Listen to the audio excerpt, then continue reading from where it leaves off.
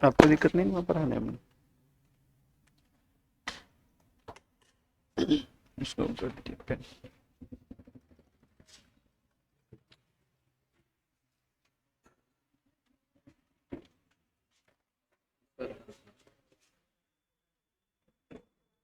Note चाहिए ना? Note चाहिए।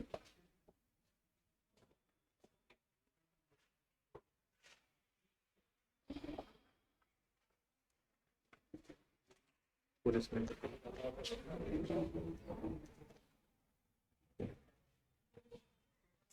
ठीक है, नहीं नहीं छोड़ दे। शुरू किया जाए? तैयार हैं? तो कहाँ तक हुआ था ये आपको याद दिलाना पड़ेगा।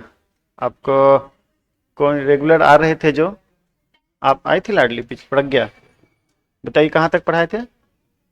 सॉरी, और टाइम एंड टेंस में यूसेज करना था, स्ट्रक्चर हो गया था, स्ट्रक्चर अभी नहीं हुआ था। चलिए स्ट्रक्चर की अब हम बात कर लेते हैं यहाँ से, और उसके बाद से फिर यूसेज। यानी आज का हमारा टारगेट है स्ट्रक्चर और यूसेज दोनों कंप्लीट करना। उसके बाद अब हम फिर क्वेश्चन आंसर पे चले जाएंगे, ठीक है? तो ज़्यादा लेट हो रहा है, थोड़ा और टाइम मतलब कम चाहिए, मतलब लगाना इसमें हमें थोड़ा सा हम लोग लेट कर रहे हैं। यानी कि आज तीसरा क्लास है शायद, लेकिन एक चैप्टर ख़त्म नहीं हो पाया है, तो थोड़ा स्पीड से हमें बढ़ना पड़ेगा। तो हम स्टार्ट करते हैं, और हमारा टॉपिक है अभी यहाँ से स्टार्ट होगा स्ट्रक्चर्स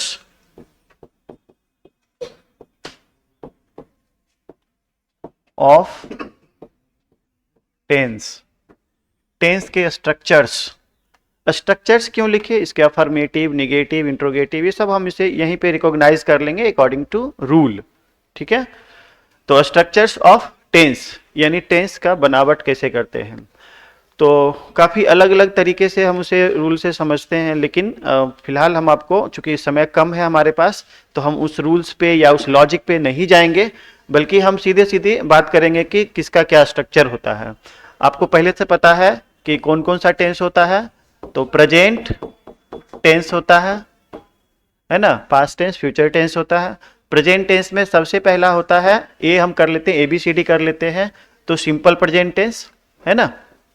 तो हम लोग उसको ऐसे करके नाम देते हैं सिंपल प्रेजेंट टेंस, ताकि हमारा समय थोड़ा कम लगे, ठीक है? समझ में कोई दिक्कत नहीं होगी किसी को?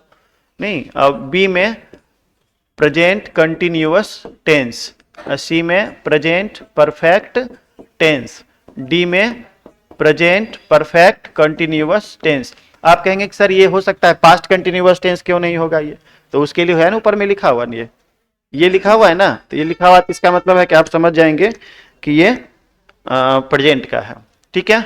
उसके बाद दूसरा पास्ट कंटिन्यूअस टेंस,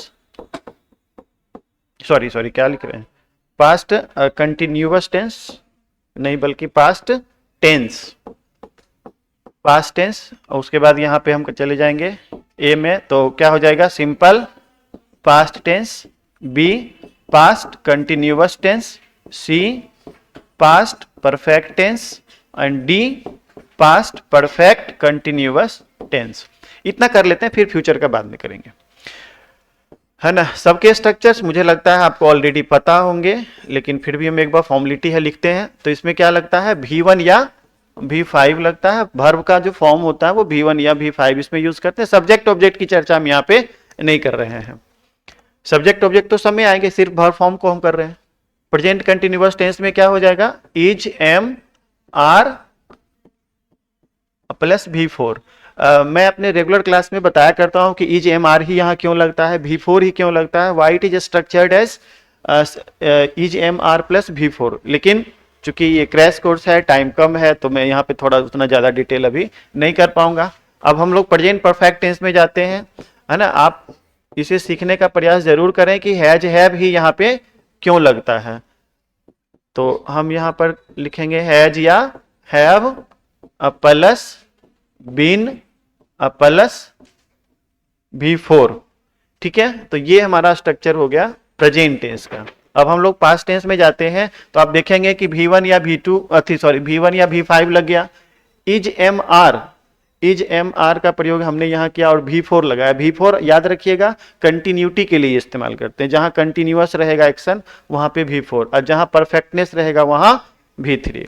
ठीक है, तो आप यहाँ पे भी देखिए कंटिन्यूअस था तो यहाँ पे हमने V4 का यूज किया, यहाँ परफेक्टनेस था तो B का V3 रूप यूज किया यहाँ पे। तो इसके पीछे रीजन है। अब बच गया इसमें से कौन सा यूज, V2 बच गया है, तो V2 यहाँ लिख देंगे। पास्ट कंटिन्यूअस टेंस के लिए वाज या वेयर प्लस V4, और पास्ट परफेक्ट टेंस के लिए क्या हो जाएगा, हैज या हैव को कर देंगे had plus V3। Past perfect continuous tense के लिए हो जाएगा had plus been plus V4। सब सही है। उसके बाद आता है फ्यूचर टेंस, और फ्यूचर टेंस में हम इस्तेमाल करेंगे FUTURE फ्यूचर टेंस।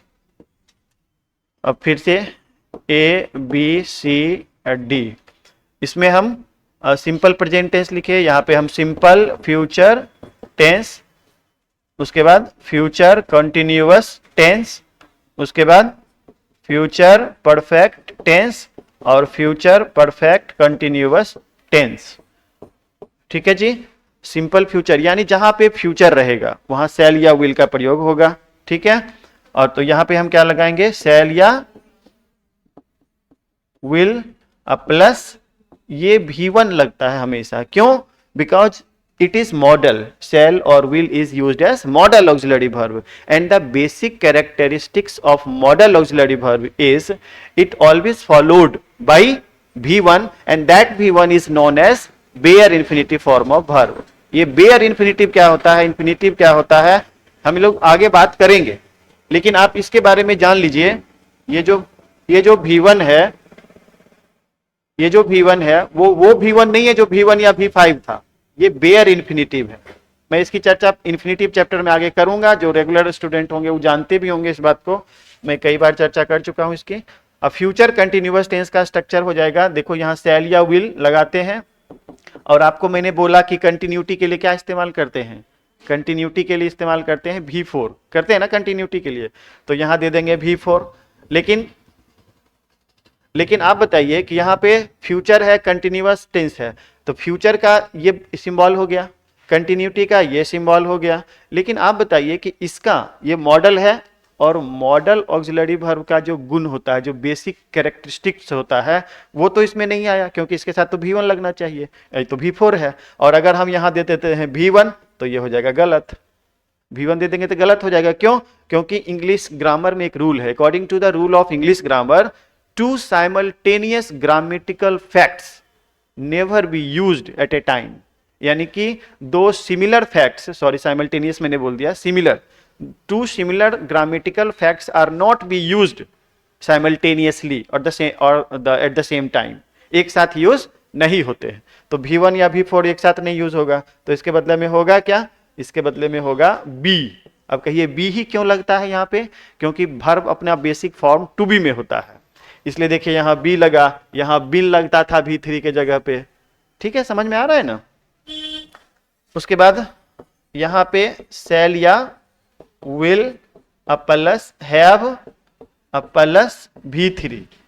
आप कभी सोचे हैं कि यहाँ पर हैज क्यों नहीं लगता है, हैव क्यों लगता है, हैज लगना चाहिए ना कभी ना, हैज क्यों नहीं लगता है, क्या कारण है, what's the reason behind it. इसके पीछे कारण है कि शैल या विल क्या है, ये मॉडल है, और मॉडल हमेशा अपने साथ बेयर इन्फिनिटिव लेता है, और बेयर इन्फिनिटिव हमेशा V1 की तरह इस्तेमाल होता है। और वो V1 जिस तरह से आप हैव के भी फॉर्म करेंगे, हैव V1 हो गया, हैड V2 हो गया, फिर हैड V3 हो गया, हैविंग V4 हो गया, और हैज क्या हो गया, V5। तो ये V1 लगेगा ना, शैल या विल के बाद तो हमेशा V1 लगता है, तो इसका V1 रूप क्या है, हैव है। That's why the reason is behind that has is never used, है ना, with shall or will. It is because of it is modal auxiliary verb, and after modal auxiliary verb always or ever V1 is used, and that V1 is known as bare infinitive form of verb. समझ रहे हैं ना, थोड़ा थोड़ा समझते चलिए, बस ज्यादा समझना भी नहीं है और ज्यादा टेंशन भी नहीं लेना है ना, जब साल भर में नहीं हुआ तब अब, ठीक है। इसलिए don't be take tension, tension नहीं लेना है, एकदम नहीं, बी इजी, एकदम इजी रहिए। और ये हमारा हो गया। अब फ्यूचर परफेक्ट कंटिन्यूअस टेंस शुरू करें इसको। आप जानते भी होंगे, जो लोग जानते हैं सिर्फ देखिए इसको खाली, शैल या will plus have plus been plus V4, ठीक है जी। शैल या will plus have plus been plus V4। अब देखिए इसका नाम क्या है, फ्यूचर, तो फ्यूचर के लिए क्या लगाते हैं, शैल विल। इसका नाम क्या है, परफेक्ट, तो परफेक्ट के लिए देखिए क्या लगाए हैं, बिन V3 लगाए हैं, V3 तो परफेक्ट के रूप में। और उसके बाद क्या है, कंटिन्यूअस, तो कंटिन्यूअस के लिए क्या लगाए हैं, है ना, टेंस है। तो अब मतलब ये हो गया कि एक चीज बचा हुआ है, तो ये क्यों लगाए हैं, इसके अर्थ को पूरा करने के लिए। और बिन V3 है, तो V3 और V4 को आप रईस वर्ब मानिए। रईस का मतलब क्या होता है, जो नौकर रखता है, हेल्पिंग वर्ब रखता है, यानी V3 जहां रहेगा वहां एक हेल्पिंग वर्ब जरूर रहेगा। और वो हेल्पिंग वर्ब क्या लगता है V3 के साथ, हैज हैव। तो हैज हैव में से हैज तो लगेगा नहीं, क्यों, क्योंकि अगर हैज लगा देंगे तो शैल या विल के साथ कर फिर गड़बड़ हो जाएगा, सब सेटिंग करना है ना भाई। तो that's why we should use ever have instead of anything else, किसी अन्य चीज के जगह पे हम यहाँ हैव का प्रयोग उचित समझते हैं। अब आ रहा समझ में लॉजिकली कि कैसे ये सेटिंग होता है पूरा स्ट्रक्चर ये। और जब तक ये स्ट्रक्चर हमें नहीं याद रहता है ना, तब तक मुझे नहीं लगता है कि आप कोई चैप्टर, अब वॉइस पढ़ेंगे फिर ये स्ट्रक्चर याद नहीं है, और स्ट्रक्चर रट लेते हैं लोग, लेकिन दिक्कत क्या होता है ना कि बेसिक नॉलेज नहीं होता है कि हाँ हैव क्यों लगा, हैज क्यों लगा, ये बिन आया कहाँ से, ये सब जानिएगा तो आपको आगे पढ़ने में सहूलियत होती है और एक्साइटमेंट आता है। स्ट्रक्चर खत्म करूं, हो गया पूरा खत्म ये।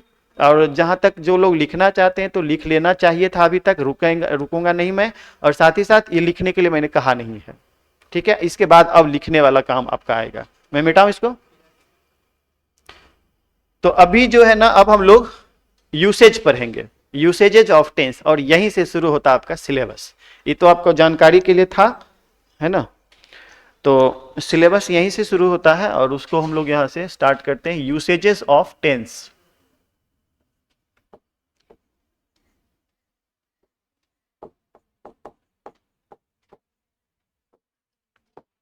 टेंस का क्या यूसेज होता है, यूसेज का मतलब होता है अनुप्रयोग, and similar use as use, use का जो मतलब होता है ना वही यूसेज का मतलब होता है। तो उसको मतलब अलग से मत समझिएगा। खाली अंतर क्या होता है इसमें, अंतर ये होता है यूज और यूसेज में, कि यूज मैंने जैसे मान लेते हैं ये कलम है, कलम का प्रयोग होता है लिखने में, इसका प्रयोग खाने में होगा क्या, नहीं होगा। लेकिन ग्रामर के जो रूल होते हैं ना उसमें एक्सेप्शंस होते हैं, मतलब जो रूल है उसके अलावा भी इसके पास एक्सेप्शंस होते हैं। जैसे मैं बोलूं कि नाउन का प्रयोग यहाँ करते हैं, तो नाउन का एक ही प्रयोग तो नहीं होगा, बहुत सारे प्रयोग होंगे। तो that's why we should use usage instead of use, तो ये ज्यादा उचित होता है, ऐसे एक ही है। अब आते हैं हम लोग यूसेज ऑफ टेंस पर, और ये हमारा लास्ट टॉपिक है, इसको थोड़ा सा ध्यान से खाली समझना है और लिखना भी है। और जो जो मेन टॉपिक हम यहाँ लिखेंगे स्टार साइन देके, आपके लोग लिखना जरूरी। और जो लोग पहले से लिखे हुए होंगे, जो रेगुलर स्टूडेंट हैं, वो लिखे होंगे ये सब चीज़, लेकिन फिर भी उनको लिखना है, क्योंकि इसमें हम सिर्फ और सिर्फ मेन टॉपिक को ही की चर्चा करेंगे, जिससे आपका 100%, अभी अगर 10 मिनट ध्यान देते हैं तो आपको मेरे से आप लिखा लो कि कम से कम 4 से 5 नंबर का आपको फायदा होना है ना, 4 से 5 नंबर का, अगर 100 पूछा ऑब्जेक्टिव तब, है ना, नहीं तो 4 से 5 नंबर ना है तब फिर मेरा कोई बात नहीं, पूछेगा ना। बात हो गई आपकी क्या उनके के पाठक से? चलिए ठीक है, तो हम लोग ना शुरू करते हैं। और सबसे पहला हमारा टेंस कौन सा होगा, simple present tense. Simple present tense आप भी ऐसे ही देंगे जैसे मैं यहाँ पे दे रहा हूं लिख के, आप भी इसी तरह से अपना, अगर आपके पास कलरफुल पेन है तो आप भी कर सकते हैं ऐसा। Simple present tense, simple present tense का प्रयोग कहाँ कहाँ करते हैं ये मेन सीखना है। इसी के आधार पर आप तय करेंगे कि उस सेंटेंस में वर्ब का कौन सा रूप आएगा, और उसके बाद हम लोग फिर तय करेंगे उसके स्ट्रक्चर को। तो सिंपल प्रेजेंट टेंस, सबसे पहला परमानेंट एक्शन।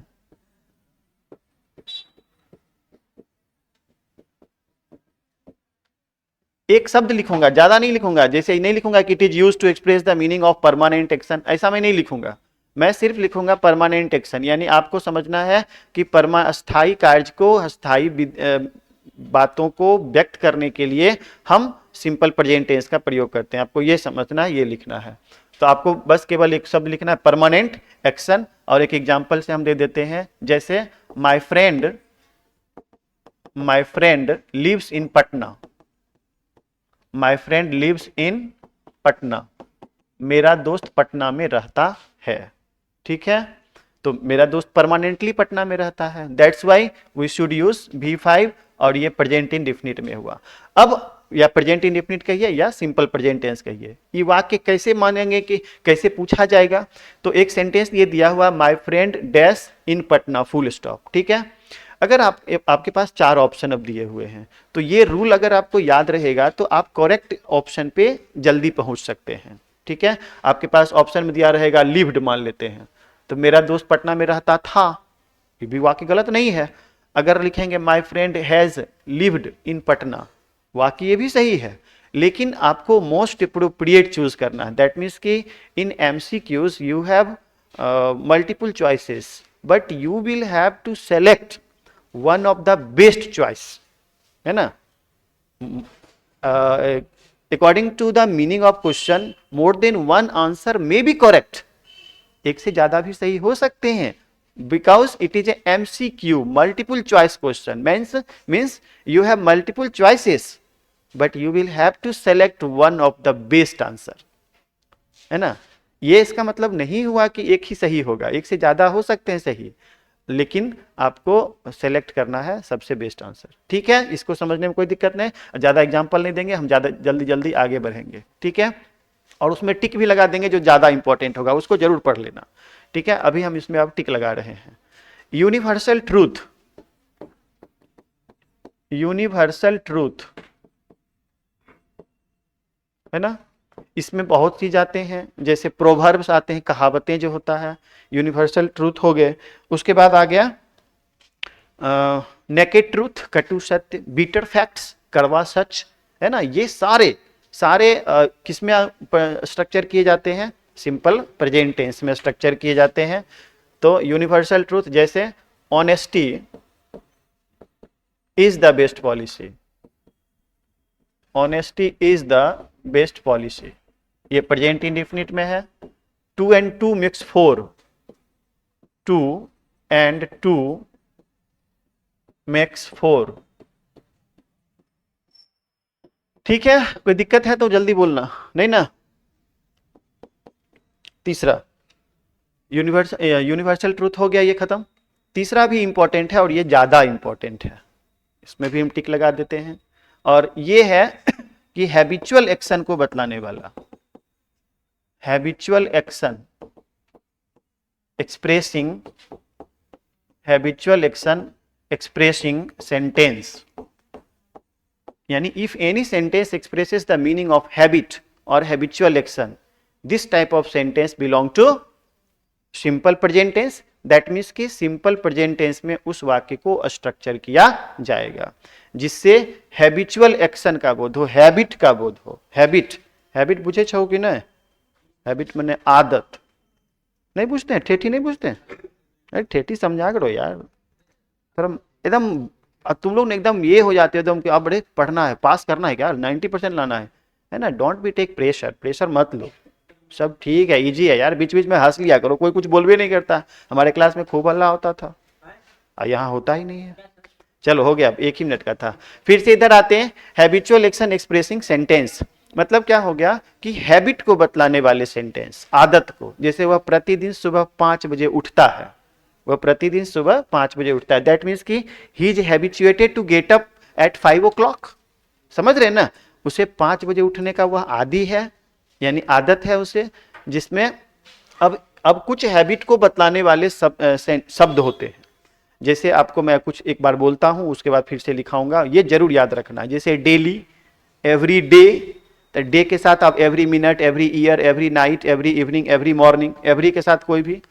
उसके बाद once in a day, once in a night, twice in a night, तो ट्वाइस हो गया, वंस हो गया, इस तरह के जो एक्सप्रेशन होते हैं वो सभी फ्रीक्वेंसी को बतलाते हैं, बारंबारता, यानी जो इवेंट बार बार घटता हो। जैसे मैं 5 बजे उठता हूं तो आज नहीं उठूंगा, कल भी उठूंगा, ये बार बार घटेगा। तो इस तरह के जो एक्सप्रेशन होते हैं वो सभी सिंपल प्रेजेंट टेंस में स्ट्रक्चर किए जाते हैं। उसके बाद जिस वाक्य में रहेगा generally, scarcely, hardly, rarely, oftenly, regularly, usually, है ना, ये सारे इस सारे शब्द को आपको याद रखना पड़ेगा। और ये सारे ऑलवेज, एवर, सेल्डम, नेवर, ये सारे शब्द और जोड़ जोड़ के मैं बता रहा हूं। तो ये सारे शब्द हैबिचुअल एक्सप्रेसिव वर्ड हैं। And if the sentence consists any habitual expressing word, the sentence is structured in simple present tense। मतलब सीधा सीधी अगर समझिए, ठेठी में समझते हैं नहीं, कि जे वाक्य में रहते ये सब शब्द, मतलब क्या हो गया, जे में रहते हैं generally, hardly, rarely, oftenly, regularly, usually. मैं बार बार क्यों बोल रहा हूं, आपका ध्यान आकृष्ट करने के लिए। It's a pedagogy. जिस लैंग्वेज में आप ज्यादा कंसीडर करते हैं उस लैंग्वेज से पहले आपका ध्यान को जब भटके ना, इसे मोड़ लेता हूं मैं, ताकि आप उस चीज को तुरंत सुन ले, फिर हम लोग इधर आ जाएंगे। तो ये जरूरी नहीं कि इंग्लिश बोलते हैं तो हिंदी में नहीं बोले, हिंदी में भी बोलिए, ठेठी में भी बोलिए, सब भाषा एक ही है ना। लेकिन हमारा एक ना माइंडसेट है कि अंग्रेजी में बोलने वाला एडवांस होता है, थोड़ा स्टैंडर्ड होता है, थोड़ा वो क्या बोलते हैं उसको, ब्रांडेड होता है। लेकिन ऐसा कुछ है तो होता नहीं है। एप्पल बोलिए तो भी है, सेब बोलिए तो भी, मीठा उतना ही लगेगा वो। लेकिन अगर वो खट्टा है तो उसको एप्पल बोलिएगा तो मीठा नहीं लगेगा। ये हम सब समझते हैं इसी बात को। तो हैबिचुअल एक्शन, अब मैं उसको वर्ड को लिखता हूं कि अब लिखिए यहां पे habit expressive word, habit expressive words. और वो कौन कौन से शब्द होते हैं मैं यहां पे लिखता हूं, इसको जरूर याद रखिएगा आप। ये हो गया हमारा डेली, एवरीडे। अच्छा, एवरीडे अलग अलग शब्द होता है, हम लोग जनरली गलती करते हैं, एवरीडे एक साथ लिख देते हैं, ठीक है ना। एवरीडे, एवरी अलग, अ डे अलग, एवरी नाइट फिर नाइट अलग होगा। तो यहां पर हम डॉट डॉट डॉट दे दे तो समझ में आ जाएगा आपको कि every day, every night, every minute, every year, every month, every week ना। क्लियर है ना भाई, कोई कुछ बोलता नहीं है भाई। हाँ यस सर बोला करिए। चलिए अब आगे, फिर वंस के साथ, वंस इन अ डे, दिन में एक बार। जैसे you take medicine once in a day, तुम दिन में एक बार दवाई लेते हो, ठीक है। तो वंस इन अ डे। अब यहां पे हम लोग क्या करेंगे, once in a day dot dot dot कर दिए, यानी डे, नाइट, ईयर, मंथ, जो भी करना है। इसके बाद आता है जैसे ट्वाइस, ट्वाइस के साथ भी twice in A, twice in ए। अब डे यहां पर हम लिख देते हैं, सॉरी, डे यहां पे हम लिख दिए, डॉट डॉट डॉट समझ लेना आप आगे।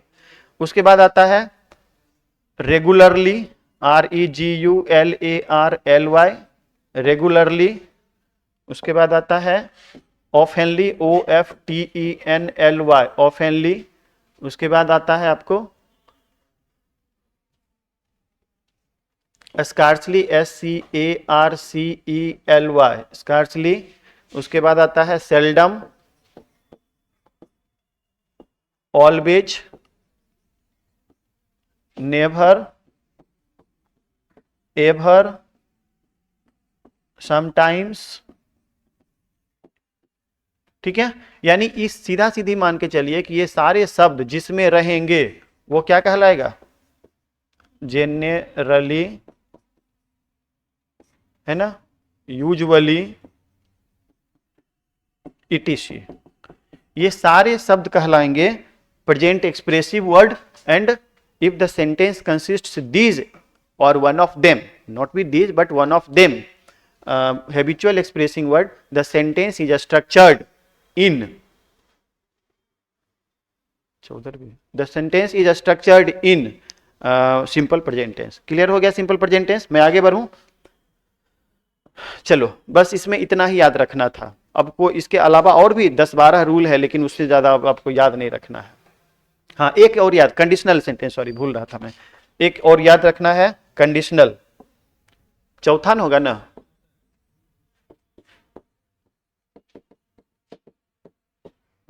कंडीशनल सेंटेंस, कंडीशनल सेंटेंस किसको कहते हैं? शर्तवाचक वाक्य को। अब इसको ना थोड़ा अलग विधि से समझिए। देखिए, जब दो गो क्लाउज, ध्यान से सुनो, जब दो क्लाउज इफ से, वेदर से, व्हेन से, ईटीसी से जुड़ा रहे, जब दो गो क्लाउज इफ से, वेदर से, व्हेन से जुड़ा रहे, तो ये हमारा हो गया सबऑर्डिनेट क्लाउज, ये हो गया हमारा मेन क्लाउज। तो subordinate clause always be structured in simple present tense, यानी कि ये हमेशा जिसमें ये सब लगा रहेगा कंजंक्शन वो होगा सिंपल प्रेजेंट टेंस में, और जिसमें लगा हुआ नहीं रहेगा वो जनरली सिंपल फ्यूचर टेंस में बनेगा। इस सब पे क्वेश्चन वहां पे आएगा। अगर आप अभी समझे रहोगे तो वहां फटाफट जवाब दोगे, नहीं तो कोई जवाब नहीं, तब पता ही नहीं चल पाएगा कि जो क्या हो रहा है। ये मैंने रूल बताया कि if two clauses are combined with if, whether और when, the subordinate clause will be structured in simple present tense, whereas the other clause, that means main clause, is used as simple future tense, यानी कि simple future tense में generally इसे structure करेंगे। Clear हो गया? Concept clear है? मैं एक एग्जांपल दे देता हूं।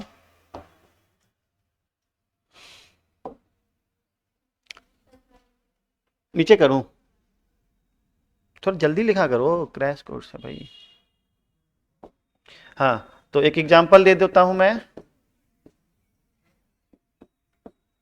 जैसे I will not go to my coaching, या माई स्कूल, कुछ भी लिखो,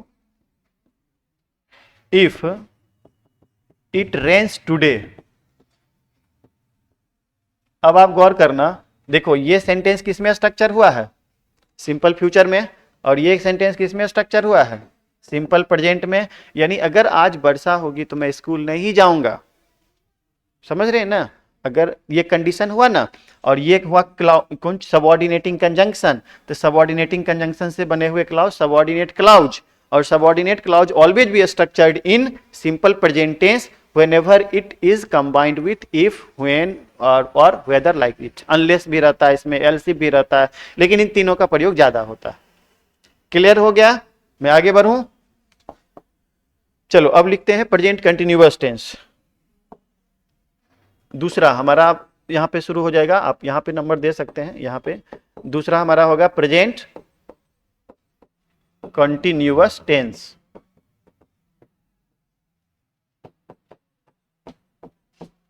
प्रेजेंट कंटिन्यूअस टेंस।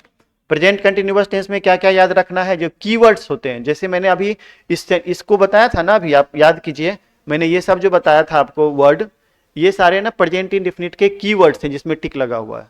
कीवर्ड्स का मतलब क्या होगा कि वो की यानी कि ताला, की मैंने चाबी, की मैंने चाबी, यानी वो चाबी जिससे ताला खुलता है, यानी ये सब चाबी हुआ जिससे पता चलेगा कि वाक्य सिंपल प्रेजेंट टेंस में होगा। और इसी को याद रखना है इंटर लेवल में, बस इतना याद रखना है कि ये अगर आपको समझ में आ गया कि डेली लगा हुआ है, एवरी डे, एवरी, इस तरह से कुछ लगा हुआ है, तो सिंपल प्रेजेंट टेंस में ही स्ट्रक्चर होगा।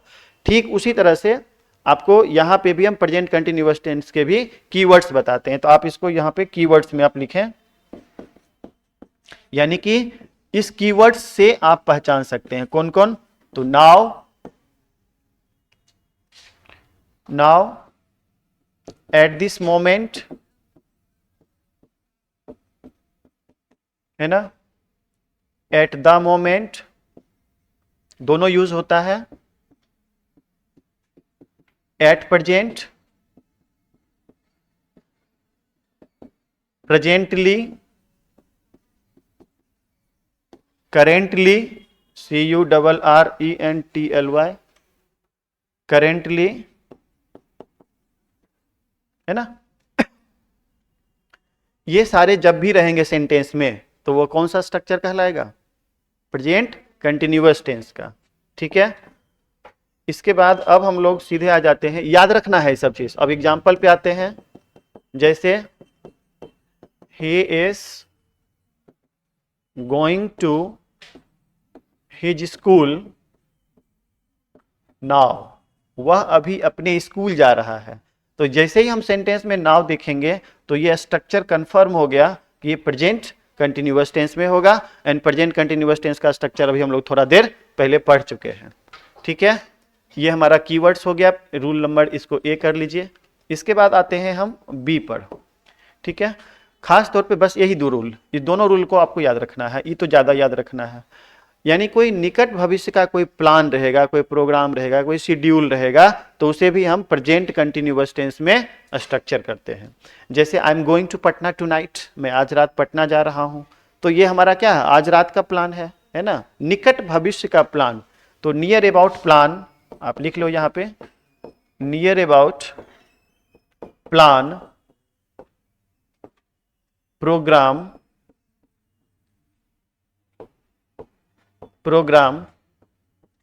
शेड्यूल, ये सब ETC, ये सब को व्यक्त करने के लिए हम क्या इस्तेमाल करते हैं, तो प्रेजेंट कंटिन्यूअस टेंस। और एग्जांपल में देख लीजिए यहाँ पे आ गया हमारा, जैसे I am going to Patna tonight, I am going to Patna tonight, I am going to Patna tonight, मैं पटना जा रहा हूं। समझ में आया मेरी बात कि नहीं? यानी क्या हो गया यहाँ पे, पटना, मैं पटना जा रहा हूं, तो ये प्लान कब का है, ये निकट भविष्य का प्लान है, यानी नियर अबाउट प्लान है। तब हम इसमें क्या चीज का प्रयोग करेंगे, प्रेजेंट कंटिन्यूअस टेंस का, ठीक है। तीसरा प्रेजेंट परफेक्ट टेंस,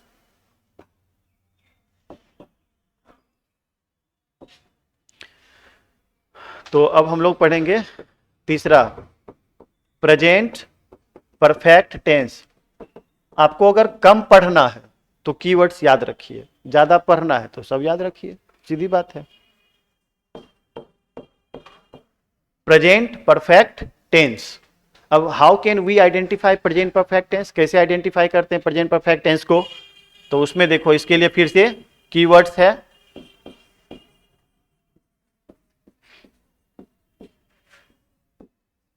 ठीक है जी। देखिए इसमें है just, so far, just now, up to now, till now, up to the present या प्रेजेंट टाइम जो कहिए, ETC, ठीक है। यानी कि ये सभी वर्ड जहां मिल गए, अब ETC के थोड़ा इसको काट दे के एक दो और शब्द लिखते हैं, फॉर या सिंस। फॉर सिंस का प्रयोग हम प्रेजेंट परफेक्ट में भी करते हैं। कैसे करते हैं मैं आपको सिखाऊंगा, आपको बहुत सारा उसमें प्रॉब्लम भी मिलेगा। लगभग 195 क्वेश्चन था ना उस दिन, आपने शायद देखा था, तो उसमें ये सब मिलेगा, ये सब का प्रयोग मिलेगा आपको कि कहाँ करना है। जैसे ही हैज, एक एग्जाम्पल आप लिख लीजिए, he has just gone to his house, वह अभी तुरंत, यानी वह तुरंत अपने घर गया है।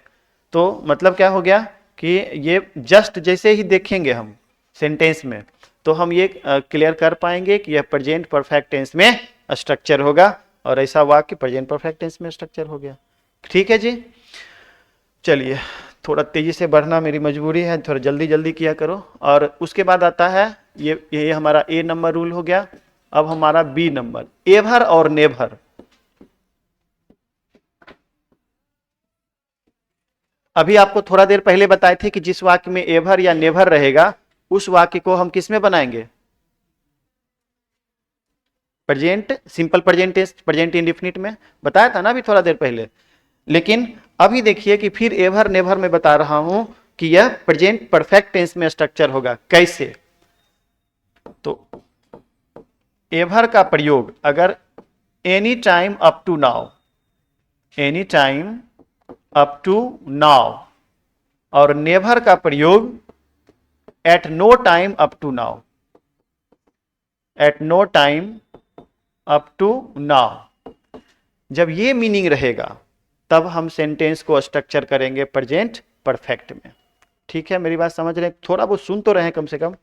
हम ये कह रहे हैं कि एवर का प्रयोग अगर any time up to now, यानी अभी तक का कोई समय, जैसे have you ever met Kundan sir, क्या कभी तुमने कुंदन सर से मिला है, तो इसका मतलब क्या हो गया यार, have you ever met Modi ji, अब चलेगा ना, कुंदन सर बोले तो हंसने लगे, मोदी जी चलेगा ना, तो have you ever met Modi ji, क्या आपने कभी मोदी जी से मिला है। तो इसमें क्या आया, एवर का मतलब यहाँ आदत से नहीं है, यहाँ क्या है, any time up to now, मैंने अभी तक का कोई समय। जैसे I have never seen the Taj Mahal, मैंने ताजमहल कभी नहीं देखा, यानी मेरे लाइफ में कभी वो टाइम नहीं आया जब मैं ताजमहल देखा हूं, यानी कभी नहीं देखा हूं।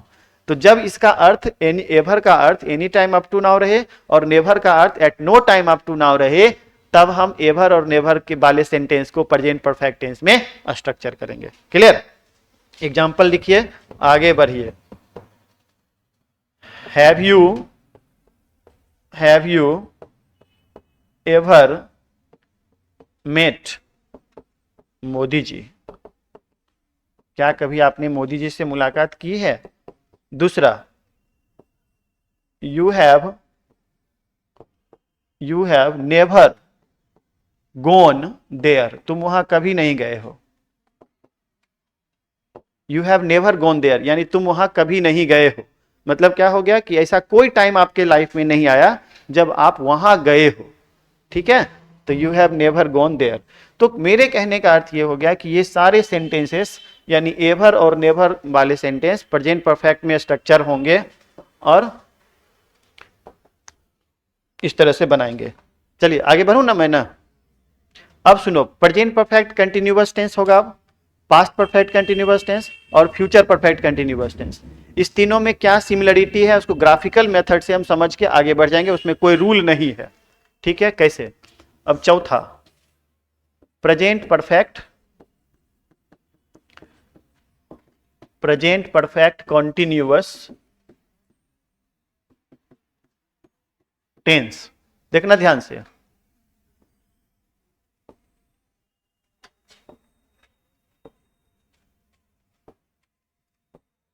ठीक है, ग्राफ तो पढ़ते होंगे मैथमेटिक्स में, फिजिक्स में। अभी आप गौर करना, ये हमारा है प्रेजेंट टाइम। ठीक है, तो इसके पहले इधर माइनस होता है ना, आप लोग मैथ में पढ़ते होंगे, तो इधर माइनस यानी कि पास्ट हो गया। अगर अभी 8 बज रहा है तो इसके पहले 7 बजेगा, 6 बजेगा, ये पास्ट टाइम हो गया ना, तो यानी ये हो गया पास्ट। तो ध्यान से सुनना, ये तीनों समझ में आ जाएगा एक बार में। और ये हो गया प्रेजेंट और ये हो गया हमारा फ्यूचर। ठीक है, कोई दिक्कत नहीं। यानी कि कोई भी कार्य पास्ट टाइम में शुरू हो, अब इसमें वर्तमान में जारी रहे और फ्यूचर में जारी रहने की संभावना हो या समाप्त हो जाए, तो वो जो ग्राफ बना ऐसे करके ऐसे, ये क्या कहलाएगा, present perfect continuous tense. When any action starts from past time, continue in present time and ends in or possible to end in future time, that type of action will be structured in present perfect continuous tense। ठीक है, कोई दिक्कत नहीं। अब सुनो, यहां क्या है, यहां पे प्रेजेंट है, यहां क्या है, फ्यूचर है, यहां क्या है, पास्ट है। तो पास्ट में शुरू हो, यहां से पहले तो सब पास्ट है, पास्ट में शुरू हो, पास्ट में जारी रहे, पास्ट में ही खत्म हो जाए। आया समझ में, पास्ट में शुरू हुआ, पास्ट में जारी रहा, पास्ट में ही खत्म हो गया। तो जैसे मैं 2 वर्षों से यहां पढ़ा रहा था, अब नहीं पढ़ाता हूं। 2 वर्ष पहले शुरू किए, 2 वर्ष तक पढ़ाए, लेकिन आजकल अब नहीं पढ़ाते, यानी खत्म कर दिए। तो पास्ट परफेक्ट कंटिन्यूअस टेंस और फ्यूचर परफेक्ट कंटिन्यूअस टेंस, ये फिर से हमारा प्रेजेंट हो गया, ये फ्यूचर हो गया और ये पास्ट हो गया। यानी फ्यूचर में शुरू हो, फ्यूचर में ही जारी रहे, अब फ्यूचर में ही खत्म हो जाए। और इसके बाद तो सब फ्यूचर ही है ना सब, यानी कि फ्यूचर में शुरू हो, फ्यूचर में ही जारी रहे और फ्यूचर में ही खत्म हो जाए, तो उसको क्या कहेंगे, फ्यूचर परफेक्ट कंटिन्यूअस टेंस। अब सबको मिला देते हैं, सबको, रुके ना, सबको मिला देते हैं। ये देखो, ये हो गया, अब देखो ये हो गया, ये हो गया, याद रह जाएगा, अब 3 गो चक्का है। ठीक है, दिमाग में आ जाएगा ना। बस अब उसको आइडेंटिफाई कैसे करना, इसको तीनों को तो डिफाइन हो गया, खाली आपके मन में एक डिफिनेशन आ गया। अब इसमें रूल कुछ नहीं है, रूल है बस, अगर फॉर या सिंस का प्रयोग अगर आप देखते हैं तो आप प्रेजेंट परफेक्ट कंटिन्यूअस टेंस में बनाइए। अगर उस वर्ब का भी फोर नहीं होता है तो तो आप प्रेजेंट परफेक्ट में बनाइए। ये रूल, ये टेक्निक मैं आपको जब एग्जाम्पल आएगा तो सिखाऊंगा, और इसको यहीं पर अब हम लोग यहाँ पे प्रेजेंट परफेक्ट कंटिन्यूअस टेंस को खत्म करते हैं। अब आता है हमारा सिंपल पास्ट टेंस, आज भी नहीं खत्म हो पाया। सिंपल इसमें थोड़ा है, बड़ा लिखना भी पड़ता है तो आपको समझाना भी पड़ता है। अब आता है सिंपल पास्ट टेंस, देख लीजिए उसको, टाइम हो गया।